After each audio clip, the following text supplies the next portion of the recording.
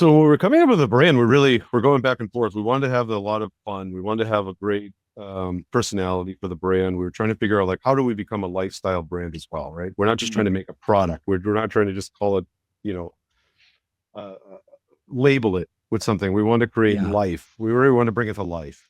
So we spent a lot of time thinking about it. We went through a lot of iterations of what it was going to be, and then we kind of went back to our childhood, like we did on the packaging. So, like, I'm a huge comic book fan. Like, I've collected Yeah. comic books my entire life, and I love the storytelling that goes along with that, with animated figures.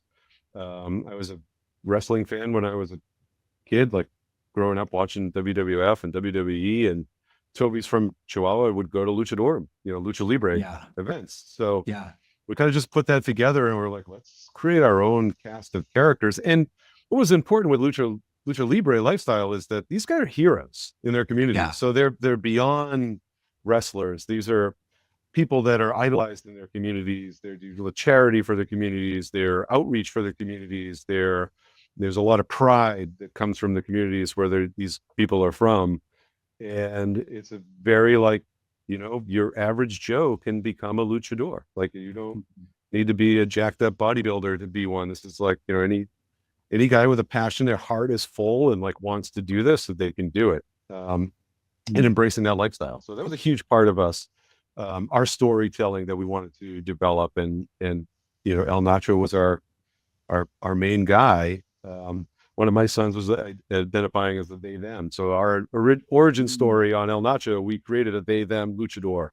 And Mhm. when El Diablo came along, El Diablo was a Rudo, who was the bad guy luchador, and he ends up finding the good side and teaming up with El Nacho and creating that spicy chip. Miss Mango was a fangirl, basically, from from a mango farm, who Yeah. idolized El Nacho, seeked him out at the Coliseum, and like, she took her under her wing. They fell in love, and they created like the Miss Mango. And Yeah. Yo Pina is like the cousin, right? Like little dude, and he's like, "Hey, yeah, don't forget about me. Like, I'm the pineapple guy." So um, yeah, like I mentioned, That's Miss Mango awesome. drives a Scooby Doo van, right? So she's got the Impala. So we cross into like wrestling. The car is like lifestyle. It's like the car culture. We wanted to get into the bike on your Pina is like that activity, like outdoor lifestyle. We've got Mhm. another flavor coming up that I'm trying to get a surfboard on it.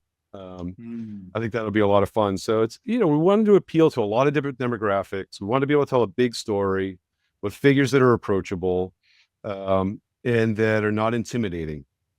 And we are having a lot of fun with it so far.